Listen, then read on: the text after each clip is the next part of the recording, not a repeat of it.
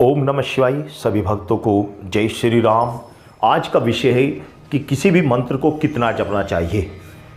चाहे कोई सा भी मंत्र हो, हमें उसे कंटिन्यू सुबह शाम कितना जपना चाहिए और कितना जपने से क्या फल मिलता है।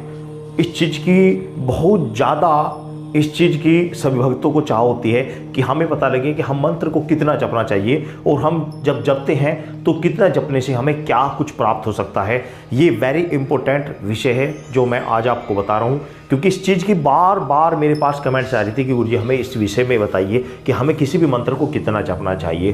तो मैं इसके विषय में वीडियो लंबी ना करते हुए आपको बताता हूँ। सर्वप्रथम तो मैं आपको बता दूं कि ये चैनल जो शिव अष्टमूर्ति नाम से चैनल था, ये चैनल हमारे इस जो कंप्यूटर पे देखते हैं, इस चैनल को देखते हैं, उन्होंने इसका नाम शिवनाथ भागीरथी नाम चेंज कर दिया है। अब इस चैनल का नाम शिवनाथ भागीरथी चैनल है, जो कि नाम शिवनाथ और मैं भागीरथी हूँ, यानी कि महाराज भागीरथ का वंशज हूँ। तो मेरे नाम से अब ये चैनल बना दिया गया है, तो नाम इसका चेंज कर दिया है। सभी भक्तों को ये विशेष सूचना दी जा रही है। साथ ही मैं अब आपको बता दे रहा हूँ कि मंत्र को कितना जपना चाहिए, कितना जपने से क्या फ़ायदा होता है। देखो, चाहे आप ओम श्री हनुमते नमः, ओम राम राम रमाय नमः, श्री रामचंद्र जी का, या भगवान शंकर का ओम नमः शिवाय, या महाकाली का ओम क्लीं कालिकाय नमः, या माँ भगवती का ओम तुम दुर्गाय नमः, किसी भी ओम गणगणतवाय नमः, ओम गणेशाय नमः, ओम शनिचराय नमः, कोई सा भी मंत्र जपिए। कोई सा भी मंत्र आप जप रहे हैं, कोई सा भी मंत्र हो, उसको कम से कम आधे घंटे से स्टार्ट कर, कम से कम आधे घंटा से स्टार्ट कर और ज़्यादा से ज़्यादा 2 घंटे तक आपको जपना चाहिए। यानी मिनिमम 1 घंटा सुबह और 1 घंटा शाम प्रतिदिन आपको जपना चाहिए। कंटिन्यू इतना मंत्र जाप होना आवश्यक है, इतना होना जरूरी है, इतना करना ही चाहिए। अब आप कहेंगे कि गुरुजी हमें टाइम नहीं है। भाई, हर कार्य के लिए आप टाइम निकालते हैं, कुछ समय इस मंत्र के लिए, किसी भी मंत्र के लिए निकाल लिए। मैं ये नहीं कहता सारी उम्र आप, अगर आपको टाइम नहीं है तो कुछ समय निकाल लीजिए। जैसे मान लिया आपका कोई का बिजनेस करते हैं, सर्दियों में आपका बिजनेस डाउन रहता है, तो सर्दी में आप 2 महीने इस मंत्र का जाप कीजिए। गर्मियों में अगर डाउन रहता है तो गर्मी 2 महीने आप कंटिन्यू 1-1 घंटा जाप कीजिए। बाकी अदर समय में आप थोड़ा कम समय निकाल सकते हैं तो कम निकाल लीजिए, कोई 15-20 मिनट जो निकाल रहे हैं फिर वह निकाल लीजिए, लेकिन स्टार्टिंग में कुछ समय लंबा निकालिए। और मंत्र को जपते हुए भरकुटी के मध्य में ध्यान लगाकर मंत्र को जाप करें। ध्यान कैसे लगाना है? आंखें बंद कर ध्यान को भरकुटी के मध्य में ले जाइए। ऐसे भरकुटी के मध्य में ले जाइए और जिस चीज़ पर आप ध्यान लगा रहे हैं, जैसे जिस भी देवता का आप ध्यान लगा रहे हैं, उसकी प्रतिमा को पहले आप रोज देखिए।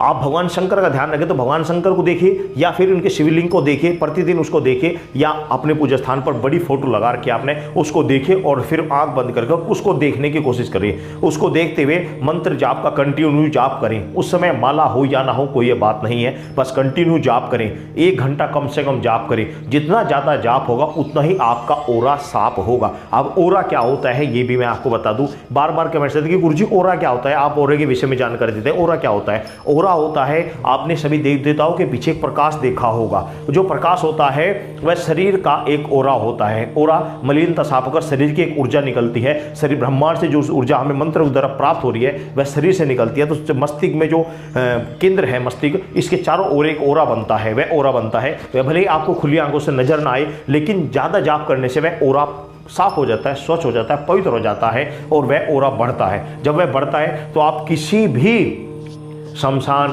किसी भी तंत्र मंत्र क्रिया के द्वारा कहीं पर भी निकल जाइए, आपके सामने कोई भी भूत पिशाच सामने नहीं आ सकता। जैसे कहते हैं हनुमान जी के सामने भूत पिशाच निकट नहीं आवे, महावीर जब नाम सुनावे। तो ऐसे ही आपके सामने आप जहां से भी निकल जाओगे भूत पिशाच आपके सामने नहीं आएगा।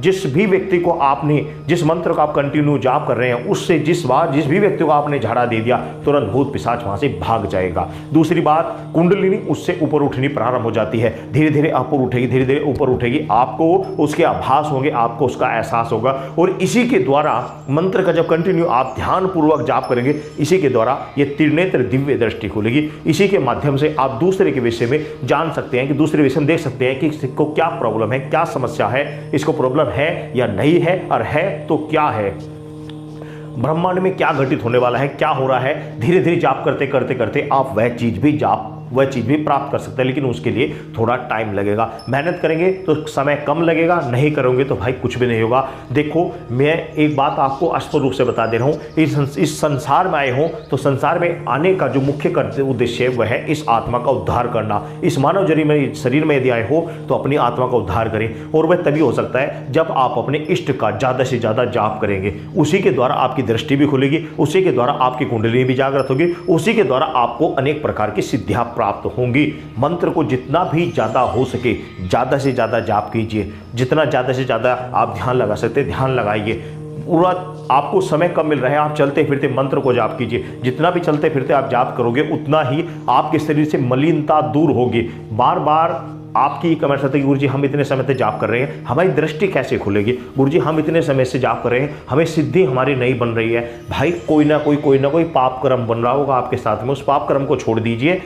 निस्वार्थ होकर जो भी आपको लगे। मैं एक बात बता दे रहा हूँ, आप बार बार मुझे पूछते हो, सही बताऊँ, सर्वप्रथम आप अपने विवेक से पूछिए, अपनी अंतरात्मा से पूछिए कि मेरे से क्या गलती हो। आपकी अंतरात्मा स्वयं बता देगी कि आप क्या गलती करते हो। अपने विवेक से पूछिए। प्रत्येक मनुष्य को परमात्मा ने विवेक उसका गुरु दिया है। विवेक उसका गुरु होता है, मन नहीं, मन चोर होता है। विवेक की बात कर रहा हूँ।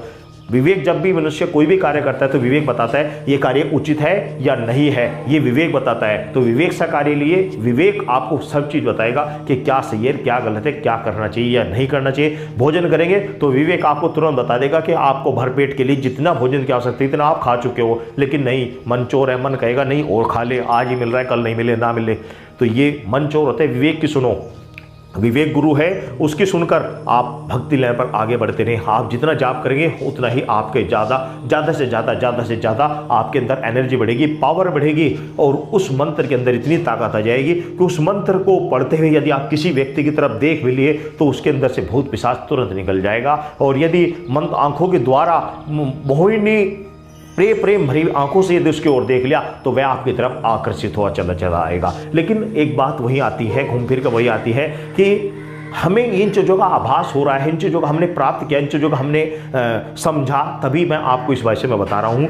लेकिन एक बात ध्यान रखना, जब ज़्यादा जाप करते आपके अंदर एनर्जी एकत्रित होनी शुरू हो जाती है, पावर आपके अंदर आनी प्रारंभ हो जाती है, उस समय वही पावर दोनों तरह कार्य करती है। वो आपके ऊपर डिपेंड है, आप उसे गलत करें या सही करें। ये देखो, अगर मान लिया आप किसी तरफ प्रेम भरी नज़रों से देख रहे हैं, ममता भरी नज़रों से देख रहे हैं, तो आपकी तरफ खींचा चला आएगा व्यक्ति। लेकिन ये आपके ऊपर डिपेंड है, आप उसका किस तरह प्रयोग कर रहे हैं। अगर आप किसी लड़की के लिए प्रयोग कर रहे हैं, किसी के लिए गलत प्रयोग कर रहे हैं, तो वही मंत्र, वही पावर आपके लिए गलत साबित होगी। ऐसा ना करें, भूल कर भी किसी भी शक्ति को, किसी भी चीज़ को गलत प्रयोग ना करें। आप समझ गए हो मैं क्या समझाना चाह रहा हूँ। आप मंत्र को ज़्यादा से ज़्यादा जाप कीजिए और अपने जीवन को उज्ज्वल कीजिए। सभी भक्तों को जय श्री राम।